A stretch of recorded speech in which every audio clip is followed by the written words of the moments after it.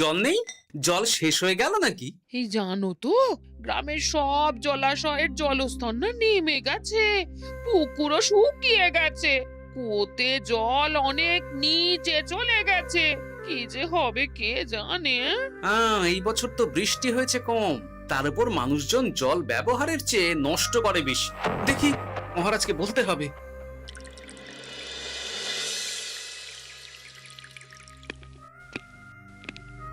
এই তো গোপাল এসে গেছে।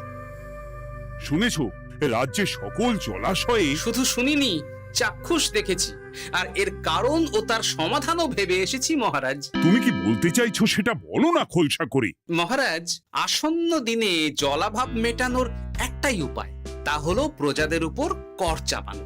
মহারাজ, আমার ঠাকুরদা বলতেন, যা মেলে মূল্য বিনে তার মূল্য কে আর জানে।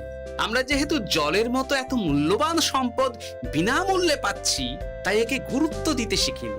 সবাই মিলে দেদার জলের অপচয় করছে। আমি এই অপচয়ের বিরুদ্ধে কর বসানোর পরামর্শ দিচ্ছি মহারাজ। জলের জন্য দেবে দাম, ছুটে যাবে কাল ঘাম। হ্যাঁ, যখনই জলের জন্য কর দিতে হবে, তখনই জলের অপচয় বন্ধ হবে। এতে লাভটা কি হবে গোপাল? মানুষ কম জলে কাজ করা শিখে যাবে, ফলে আগামী দিনে যদি জল সম্পদ কমেও যায়, এই কৃষ্ণনগরের প্রজারা আগে থেকেই তার জন্য প্রস্তুত হয়ে যাবেন। কিন্তু আমি আমার প্রজাদের কাছ থেকে জলের দাম নেব গোপাল? না মহারাজ, কর বাবদ যে অর্থ উপার্জন হবে, তার সাথে আপনার দান মিলিয়ে রাজ্যের মধ্যে একটা বিরাট কৃত্রিম জলাধার বানানো হবে। বাহ বাহ বাহ! যেখানে বৃষ্টির জল সংরক্ষণ করা যাবে মহারাজ। এতে সারা বছর ধরে আর কোনো জলের অভাব থাকবে না মহারাজ। গোপালের প্রস্তাব বড় ভালো লেগেছে। আগামী দিনে ইতিহাসে এই কর্মযজ্ঞের কথা লেখা থাকবে বলেই আমার বিশ্বাস। আর তাই আমি গোপালকে এই মুহূর্তে 50টি স্বর্ণমোহর উপহার দেব বলে ঘোষণা করছি। সাধু সাধু সাধু।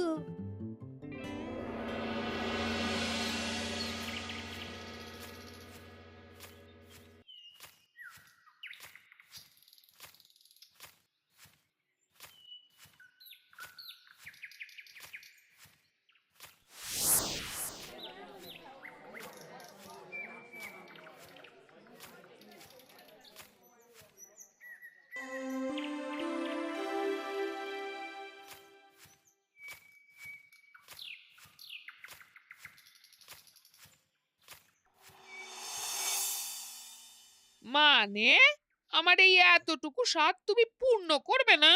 আমি কি নিজের জন্য চেয়েছি নাকি? সবই তো পাবে তোমার মেয়ে আর জামাই। হ্যাঁ, সে বুঝেছে গিন্নি, তাই বলে এতগুলো মুদ্রা আমি খরচ করতে পারবো না। পারবে না? আমি তাঁতির বাড়ি থেকে মেয়ে জামাইয়ের জন্য কয়েকটা শাড়ি আর ভালো পাঞ্জাবি কিনে একটু পাঠাবো। কিন্তু এখন আমার কাছে অত মুদ্রা নেই গিন্নি, পরে পেলে আমি ঠিক তোমার স্বাদ পূরণ করব। আবার বাজে কথা বলার জায়গা পাও না তুমি। এতক্ষণ কোথায় ছিলে গো? আমি বেলায় নদীর পাড়ে গিয়েছিলাম, তখন কমলা আমাকে বলল তোমায় নাকি দেখেছে। কি দেখেছি?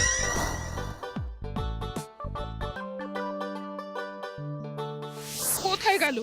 এত বড় মুদ্রার থলে কি হাওয়াতে উবে গেল নাকি? এই রে, এ তো মহা ঝামেলা। কখন কি যে গিন্নিকে খবর দিচ্ছে সেটা টেরও পাইনি। বলি মুখে কুলু পাটলে যে বড়, বলি রাজা মশাইয়ের কাছ থেকে যে এত রোজগার করো, সেই মুদ্রা যায় কোথায়? আহ, কানের মাথা খেও না তো। আমি কি তোমার কোনো কিছুর অভাব রেখেছি? বলো একবার। খাওয়া পড়া কোনো কিছুর তো কোনো খামতি নেই তোমার। মানছি রাখোনি, কিন্তু তাই বলে আমিও তোমার স্ত্রী, তোমার গিন্নি গো, গিন্নি, তাই না? আমার তো জানার অধিকার আছে নাকি যে তোমার উপার্জনের অর্থ করি সব কোথায় যাচ্ছে? জানবে জানবে, সব জানবে। এখন কিছু খেতে দাও দেখি, পেটে ছুঁচোয় ডন বৈঠক মারছে। না, এরপর থেকে আর মহারাজের কাছে উপহার পেলে ওইভাবে খোলা হাটের মধ্যে দিয়ে আসা যাওয়া করা যাবে না।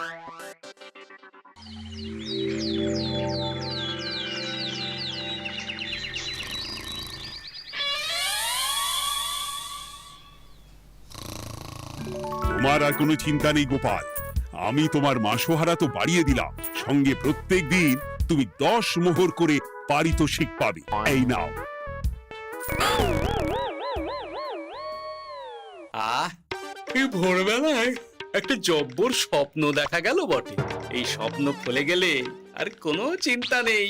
গিন্নি, ও গিন্নি, বলি গেলে কোথায়? গিন্নি, সাড়া নেই। ও গিন্নি, রাগ করলে নাকি গো? আরে এসো এসো, এমন একটা স্বপ্ন দেখেছি না যে তোমার আর কোনো চিন্তা থাকবে না গিন্নি। মোহর আর মুদ্রা একেবারে ঝরে পড়বে গো।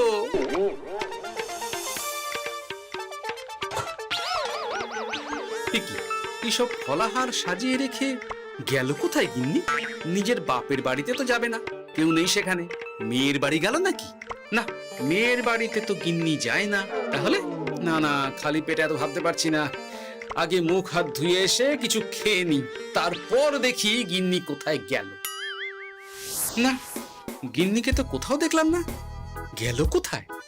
যাকে আগে রাজবাড়িতে তো যাই, ফেরার সময় না হয় আবার খোঁজ নেব, ততক্ষণে ফিরেও আসতে পারে।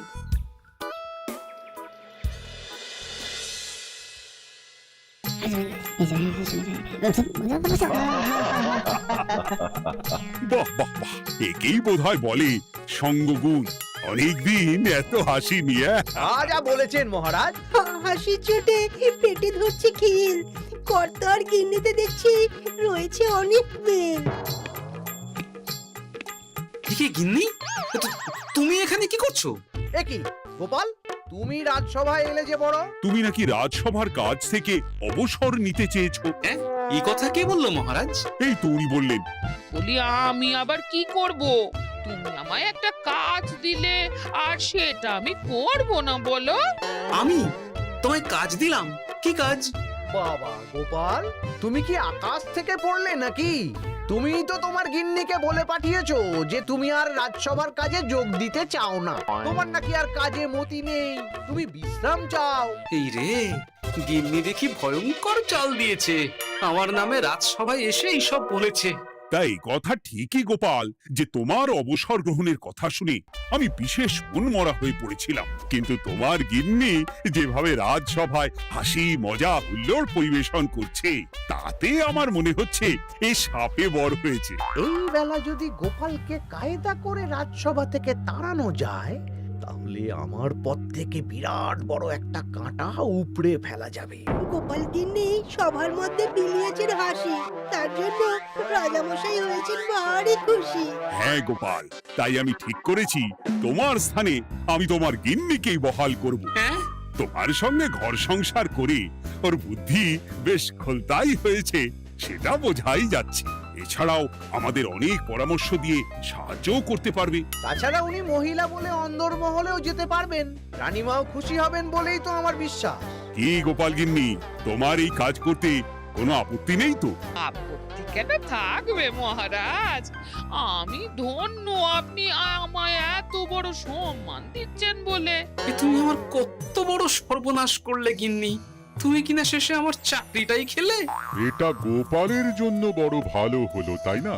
কোনো কাজ করতে হবে না, কিন্তু রোজগার আগের মতোই থাকবে। অবসর আর উপার্জন একসাথে। না হে গোপাল, তুমি আর এখানে কাঁচু মাচু মুখে দাঁড়িয়ে না থেকে নিজের বিশ্রামে ব্যাঘাত ঘটিও না। আমাকে সবার কাজ শুরু করতে দাও। যথা আজ্ঞা মহারাজ।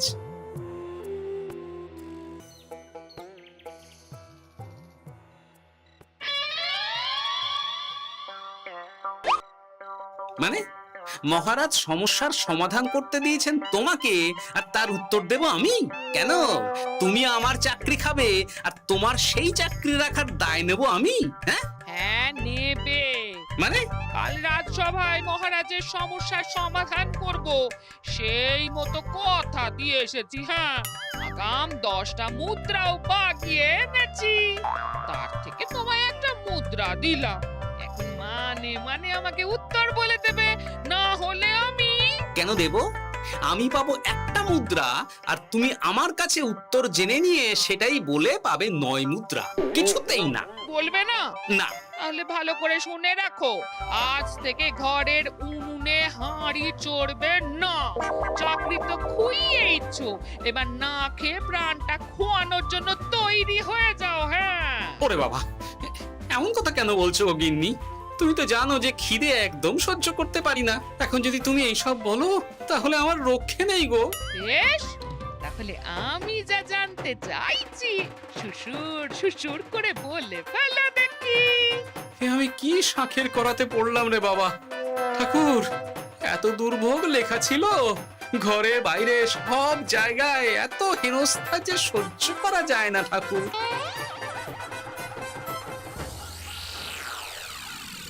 একেই তো বলে গো গিন্নি, মেঘ না চাইতেই জল। এতদিন কতভাবে চেষ্টা করেছি গোপালকে রাজসভা থেকে তাড়াবার, আর গোপাল নিজেই কিনা রাজসভা থেকে পালিয়ে গেল। কি সব বলছো? তোমার শরীর ঠিক আছে তো? শরীর মন সব ঠিক আছে, তবে গোপালের বদলে কাকে বহাল করা হয়েছে শুনলে তোমার মাথা ঘুরে যাবে। কাকে? গোপাল গিন্নিকে। আমার কিন্তু বিষয়টা খুব একটা সরল ঠেকছে না গো। গোপাল ভাঁড়ের বুদ্ধি তো আর যে সে বুদ্ধি নয়। উনি যাই করেন খুব ভেবে চিন্তে করেন, এর পেছনে আবার কোনো মতলব নেই তো। এটা তুমি মন্দ বলনি গিন্নি। গোপালকে নিয়ে সত্যি কোনো বিশ্বাস নেই। ও কখন কি ঘোট পাকাচ্ছে বলা যায় না। আমাকেও সাবধানে থাকতে হবে। দেখতে হবে যে গোপাল আসলে কি চাল চালতে চাইছে।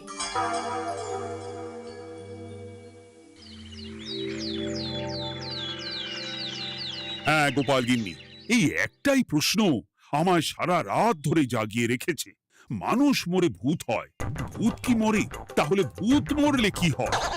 মানে মহারাজ, এই প্রশ্নের উত্তর আমার আজকে দিতে ইচ্ছে করছে না। হ্যাঁ, আমি না হয় আপনাকে আগামীকাল এই প্রশ্নের উত্তর দেব, ঠিক আছে? হ্যাঁ, গাছ থেকে পড়ে গেলে জাপটে ধরে ডালকে। আজকের প্রশ্নের উত্তর উনি দেবেন কালকে। না হে গোপাল গিন্নি, তা হয় না। এই প্রশ্ন আমাকে সারা রাত বিচলিত করেছে। আবার যদি আজকেও এই প্রশ্নের উত্তর না পাই, তাহলে তো আবার একটা নিদ্রাহীন রাত আমাকে কাটাতে হবে। মানে আমি বলছিলাম কি মহারাজ, গোপাল গিন্নি তো সদ্য এই কাজে বহাল হয়েছে, তাই তাকে তো একটু সময় দেওয়া দরকার নাকি? কিন্তু প্রশ্নের উত্তর না পেলে যদি মহারাজের শরীর খারাপ হয়, তার দায় কে নেবে মন্ত্রী মশাই? এই রে, এখন আমি কি করব? এ তো মহা বিপদে পড়লাম দেখছি।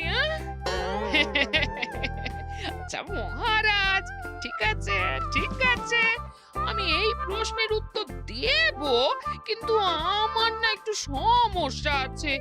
খোলা হাওয়াতে গিয়ে না দাঁড়ালে আমার ঠিক মাথা খোলে না, তাই বলছিলাম। তাই না হয় যাও, হাওয়া খেয়ে এসে মাথাটা খোলতাই করে নাও, কিন্তু এই প্রশ্নের উত্তর আমাকে আজকেই দিতে হবে। হ্যাঁ, উফ, এই যে কি সমস্যা! সারাদিন ঘরে বসে থেকে থেকে তো আমার সারা গায়ে বাদ ধরে গেল। সেই সকালবেলা আমাকে ফলাহার করিয়ে দিয়ে গিন্নি তো চলে গেছে রাজবাড়িতে চাকরি করতে। এদিকে আমার যে পেটে কিচ্ছুটি নেই, তার কি হবে? মহারাজ দোকানে গিয়ে যে ভালো মন্দ খাবো তারও উপায় নেই। তাহলেই তো কাঁড়ি কাঁড়ি খরচা। না, একবার দেখি তো উনুন ধরিয়ে অন্তত ভাতটা চাপাতে পারি কিনা। তাহলে গিন্নির ওই হাঁড়ি না চড়ার হুমকির হাত থেকে অন্তত বাঁচা যাবে।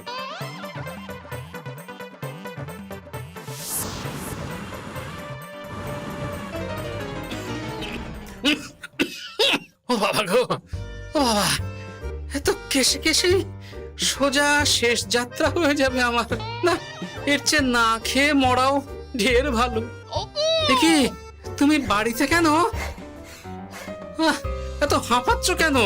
ষাঁড়ে তাড়া করেছে নাকি? আরে না গো, মানুষ মরে ভূত হয়, ভূত কি মরে? তাহলে ভূত মরলে কি হয়? খোলা হাওয়াতে গিয়ে না দাঁড়ালে আমার ঠিক মাথা খোলে না। ও, এই হলো ব্যাপার। বেশ, এর উত্তর তোমায় আমি বলে দিচ্ছি। ভূত মরে প্রথমে এক ঝুড়ি অন্ধকার হয়, সেই অন্ধকার হাওয়াতে উড়ে বেড়ায়। এক সময় সেই অন্ধকার পাতলা হতে হতে কুয়াশার মতো হয়ে যায়। ব্যাস, মিটে গেল। ব্যাস, মিটে গেল।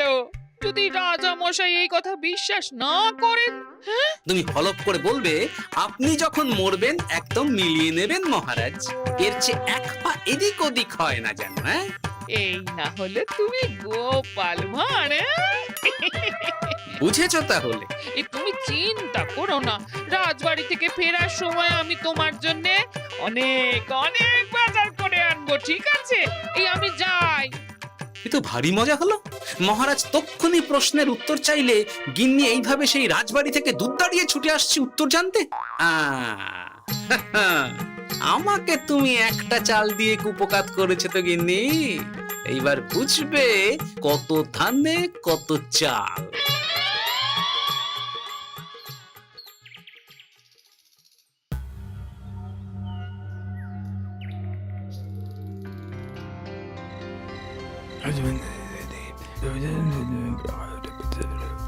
বুঝেছিস তো তোর কাজটা? খুব বুঝেছি গোপাল দাদা। নেই, এবার লেগে পড় দেখি।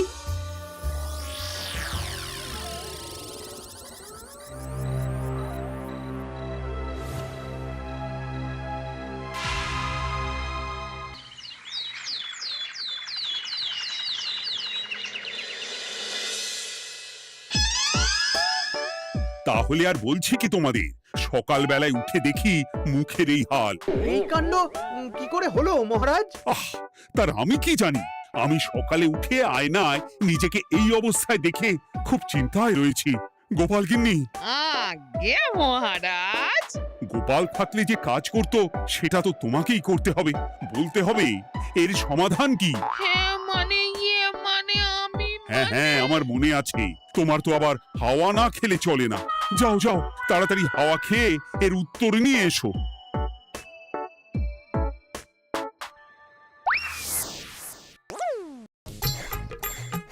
এই জন্য তুমি এত দূর ছুটে এলে গিন্নি?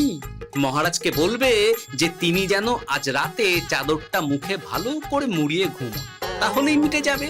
এই রং চলে যাবে আর নতুন করে কিছু হবেও না। ও মা, বলি এত সোজা সমাধান? হ্যাঁ? তা নয় তো কি?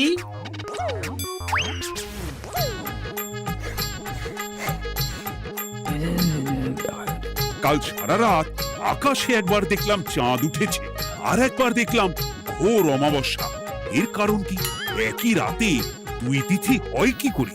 মানে আর একটা সমস্যা। হ্যাঁ, এটা আগে বললেই তো হতো মহারাজ।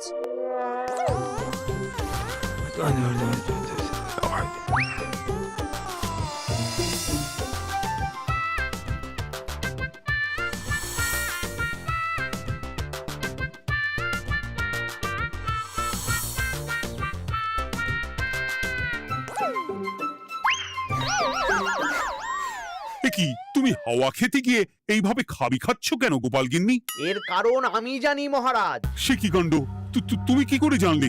গোপাল গিন্নি মোটেও হাওয়া খেতে যায়নি মহারাজ, সে গেছিল নিজের বাড়িতে গোপালের কাছে আপনার বলা প্রশ্নের উত্তর জেনে আসতে। মানে গোপাল গিন্নি তার মানে আমাকে ঠকিয়েছে? তা জানি না মহারাজ, তবে আমার মনে হয় এর পেছনে গোপালের কোনো গভীর ষড়যন্ত্র আছে, না হলে সে এমনটা করবে কেন? আর এক রাতেই আপনার সাথে এতগুলো অদ্ভুত ঘটনা পর পর ঘটবে কেন? বটে, এক্ষুনি গোপালকে ডেকে আনো।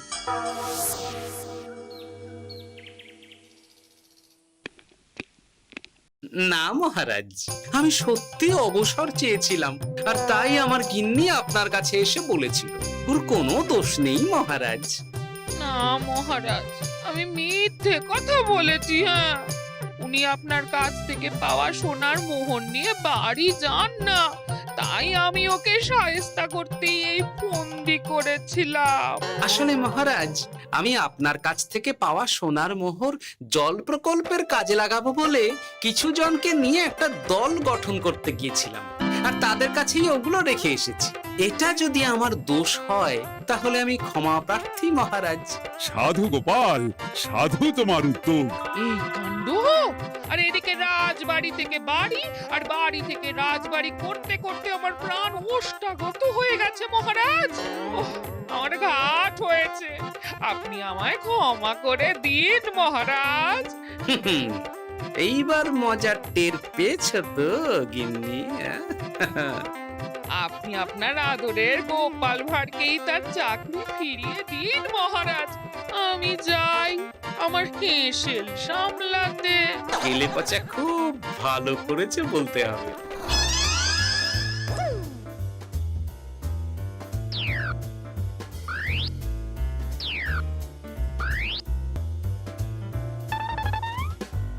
তবে মহারাজ, অমাবস্যা পূর্ণিমা সব আমার বুদ্ধিতেই কেলেপচা করেছিল। আপনার ওই মুখের রং, ওটি একটি বিশেষ রং যার আয়ু একদিন, তাই ওটা এমনিই মিলিয়ে গেছে। হ্যাঁ, সেই বরং ভালো। তুমি তোমার গিন্নিকে নিস্তার দাও গোপাল। তাছাড়া আমিও আমার গোপালকে ছেড়ে আর থাকতে পারছি না। যথা আজ্ঞা মহারাজ। আমারও যে আর এই অবসর ভালো লাগছে না মহারাজ। গোপাল ছাড়া রাজসভা যে লাগে ফাঁকা ফাঁকা, তাই তো আবার চাকরিতে তাকে বহাল রাখা।